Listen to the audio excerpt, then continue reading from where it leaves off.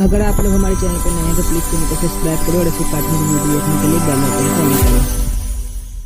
गर्मी में गरीब के घर एसी। दिव्यांग रोशन सड़क किनारे मोची की दुकान लगाया करता था। उसकी एक बेटी थी कोमल। कोमल बहुत ही खूबसूरत और समझदार थी। तू खाना रख जा बेटिया, मैं बाद में खा लूंगा। पर मैं तो आपको खाना खिलाकर ही घर जाऊंगी बापू। खाओगे नहीं तो काम कैसे करोगे? अच्छा मेरी दादी, ला खा लेता हूँ। कोमल बापू को खाना खिलाकर घर जा रही थी। तो तुम्हें ज्यादा चोट तो नहीं आई ना? नहीं दीदी, मेरा नाम तन्नू है। मेरा घर पास में ही है। क्या आप मुझे मेरे घर तक छोड़ देंगी? हाँ जरूर छोड़ दूंगी तन्नू रानी, चलो आओ मेरे साथ। ये कहकर कोमल तन्नू का बैग उठा लेती है और तन्नू को उसके घर ले जाती है। घर पर तन्नू का चाचा अतुल मिलता है। अतुल खूबसूरत कोमल को देखकर चौंक सा जाता है और फिर मुश्किल से ही उस पर से नजर हटा पाता है। ये देख कोमल भी कुछ शर्मा जाती है। तभी अतुल खुद पर कंट्रोल करते हुए कहता है, आपने मेरी भतीजे की मदद की, इसके लिए आपका बहुत बहुत धन्यवाद मित्र। मेरा नाम कोमल है। और मेरा अतुल। आप बैठिए, मैं आपके लिए ठंडा लेकर आता हूँ। कोमल एक सोफे पर बैठ जाती है और वहाँ बैठते ही उसे एसी की ठंड का अनुभव होने लगता है। एसी की ठंडी ठंडी हवा और आलीशान घर देखकर कोमल मन ही मन कहती है, यहाँ तो गर्मी में सर्दी जैसी ठंड लग रही है। लगता है घर में एसी लगाए। घर है भी तो महल जैसा आलीशान। उस दिन अतुल कोमल को देखता है तो वो उसके मन में ही बस जाती है और वो हमेशा उसके बारे में ही सोचता रहता है। कोमल जैसी खूबसूरत लड़की मुश्किल से ही मिलती है। अगर मैं उससे शादी कर लूं तो वो हमेशा के लिए मेरी हो सकती है। उधर कोमल एसी की ठंडी हवा को नहीं भूल पाती। एक दिन वो रोशन से कहती है, बापू क्या आप हमारे लिए घर में एसी नहीं लगवा सकते? हमारे घर में बहुत गर्मी रहती है। घर में एसी लगाने की तो मेरी औकात नहीं है बेटिया। हाँ अगर तुझे ज्यादा ही एसी में रहने का शौक है तो तेरे लिए एसी वाला दूल्हा ढूंढ देता हूँ। ये सुनकर कोमल चुप हो जाती है। कुछ दिन बाद अतुल गाड़ी लेकर घर से निकलता है तो रास्ते में उसकी नजर कोमल पर पड़ती है। अच्छा तो ये इस गरीब मोची की बेटी है। ये जानते हुए भी कि कोमल एक दिव्यांग गरीब मोची की बेटी है, अतुल उसे अपने दिल से नहीं निकाल पाता और एक दिन दिल से मजबूर होकर रोशन मोची के पास जाकर कहता है, बाबूजी मुझे आपसे कुछ कहना है। आपने मुझ गरीब मोची को बाबूजी बोला? हाँ बाबूजी, दरअसल मैं आपकी बेटी कोमल को बहुत पसंद करता हूँ और उनसे शादी करना चाहता हूँ। तभी रोशन की नजर अतुल के चेहरे पर पड़ती है। गर्मी के कारण पसीने से तरबतर हो रहा था। अतुल की ये हालत देखकर रोशन कहता है, शायद आपसे गर्मी सहन नहीं हो रही है, एसी में रहने की आदत होगी, पर मुझ गरीब के घर में तो पंखा कूलर तक नहीं है। आप उसकी चिंता मत कीजिए, मुझे आपसे बस आपकी बेटी के सिवा और कुछ भी नहीं चाहिए। ये सुनकर रोशन बहुत खुश होता है और सोचता है कि उसकी बेटी बहुत ही खुशनसीब है जो उसे इतना अमीर घर मिल रहा है। ये सारी उम्र एसी की ठंडी हवा में कट जाएगी। यही सोचकर वो इस शादी से इनकार नहीं कर पाता। मुझे ये रिश्ता मंजूर है साहब। तो अब आप मुझे साहब कहना छोड़िए बाबूजी और आज से बेटा कहकर बुलाइए। फिर बहुत ही सादे तरीके से अतुल और कोमल की शादी हो जाती है और कोमल अपने ससुराल आ जाती है। तनु कोमल को देखते ही पहचान लेती है। दीदी आप मेरी आंटी बन गई। माँ मैं तो आंटी को पहले से ही जानती हूँ। तभी कोमल की जेठानी आशा कहती है, अच्छा तो झोपड़ी में रहने वाली अपनी आंटी को तुम पहले से ही जानती हो? अपनी जेठानी की बात सुनकर कोमल को लगा कि जैसे उसकी जेठानी ने उस पर ताना मारा हो, पर वो कुछ नहीं बोली। फिर आशा उसे उसका कमरा दिखाने के लिए ले गई। ये रहा तुम्हारा कमरा, कैसा लगा? तभी कोमल ने कहा, दीदी कमरा तो अच्छा है पर मुझे बहुत जोर की प्यास लगी है, थोड़ा पानी मिलेगा क्या? अम्मा मैं लाऊं चाची के लिए पानी? आशा तनु को चुप कराते हुए कहती है, पहले चाची से ये तो पूछ ले कि सिर्फ फ्रिज का ठंडा पानी पीना है या फिर घड़े का पानी, क्योंकि गरीब लोगों को फ्रिज का ठंडा पानी नसीब ही कहाँ होता है।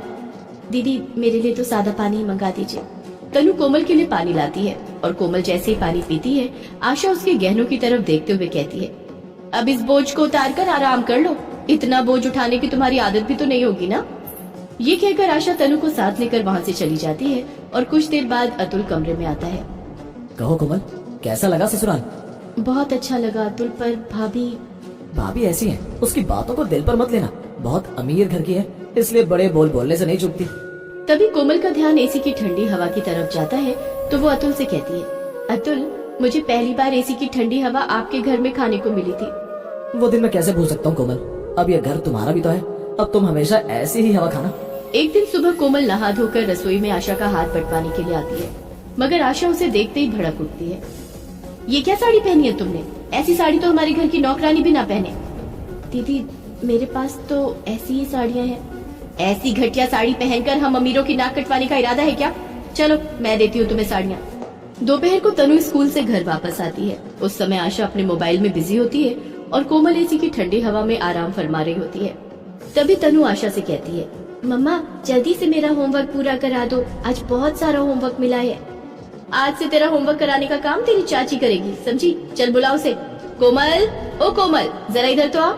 आशा के इस तरह आवाज देने पर कोमल थोड़ी घबरा जाती है और तुरंत भागी भागी अपने कमरे से बाहर आती है। क्या हुआ दीदी? हुआ मेरा सर। दीदी की बच्ची सारा दिन बेड पर पड़ी एसी का बिल बढ़ाती रहती है, कुछ काम भी कर लिया कर। क्या काम करूं दीदी? सुना है तू कॉलेज में पढ़ी है, तो आज से तनु का होमवर्क तू ही करवाएगी। सारा दिन फ्री में एसी पेलने का कुछ फायदा तो मिले। एक दिन कोमल घर की सफाई कर रही थी, तभी उसे एसी पर कुछ धूल जमी दिखाई देती है। वो झाड़ू से एसी साफ करने लगती है तो अचानक चरचर की आवाज कर एसी के तारों में चिंगारियां छूटने लगती हैं और एसी जल जाता है। ये देख आशा कोमल पर आग बबूला होती है। जला डाला एसी, इसकी कीमत का भी पता है? झोपड़ी में रहने वाली, अब तुझे झोपड़ी में ही रहना पड़ेगा। अब ये क्या कर रही है दीदी? चल निकल मेरे घर से। पर ये घर तो उनका भी है। ये सुनकर आशा और ज्यादा भड़क उठती है। अपने पतिदेव से पूछ कि उनकी माँ उनके लिए क्या छोड़कर मरी थी। तो तेरे को खिला पिलाकर सांड जैसा पाल दिया, ये क्या कम है? ये सुनकर कोमल चौंक जाती है। तो क्या अतुल आपके सौतेले देवर है दीदी? उसी से पूछ लो और इस घर से निकलो। ये सुनकर कोमल कुछ नहीं बोल पाती। अतुल का बड़ा भाई गजेंद्र भी बुद्ध बनकर तमाशा देखता रहता है।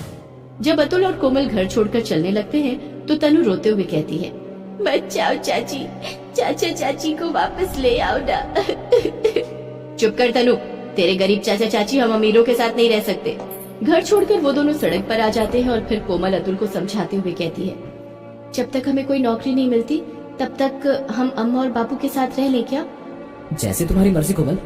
ये फैसला कर अतुल कोमल के घर आ जाता है और रोशन उन दोनों की बातें सुनकर कहता है, बेटा हमारे घर एसी तो है नहीं, पर 2 रोटी की कोई कमी नहीं है। तुम दोनों जब तक चाहो यहाँ रह सकते हो। एक दिन कोमल अतुल से कहती है, अतुल बुरा न मानो तो एक बात कहूँ? हाँ कहो कोमल। मैं मोची का काम अच्छे से जानती हूँ, अगर आप इजाजत दे तो हम जूते बनाने का काम शुरू कर सकते हैं। ये सुनकर रोशन कहता है, काम छोटा जरूर है बेटा, पर मुझे कोमल पर पूरा भरोसा है। अगर तुम उसका साथ दोगे तो बहुत अच्छा काम चलेगा। कोई काम छोटा नहीं होता बाबूजी, मैं कोमल के साथ मिलकर काम करूंगा। उस दिन के बाद कोमल जूते बनाती और अतुल उनको जूतों की दुकान पर बेच कर आता। कोमल के बनाए जूते सबको पसंद आते और हाथों हाथ बिक जाते। सुनो भाई अतुल, आज के बाद तुम जितने भी जूते तैयार करो मुझे बेचो, मैं तुम्हें अच्छा दाम दूंगा। धीरे धीरे काम बढ़ जाता है और खूब पैसा आने लगता है। अब रोशन भी कोमल के साथ ही काम करने लगता है। फिर एक दिन अतुल घर में एसी लेकर आता है। अरे एसी, आप एसी ले आए? हाँ कोमल, अब हम सब एसी की ठंडी हवा में बैठकर जूते बनाया करेंगे। समय बीतता जाता है और मार्केट में उनके बनाए जूतों की मांग बढ़ जाती है। अतुल जूतों का अपना शोरूम खोल लेता है और वो जूते बनाने की छोटी फैक्ट्री के मालिक बन जाते हैं। इस तरह अतुल अपने बड़े भाई गजेंद्र से भी बहुत अमीर हो जाता है।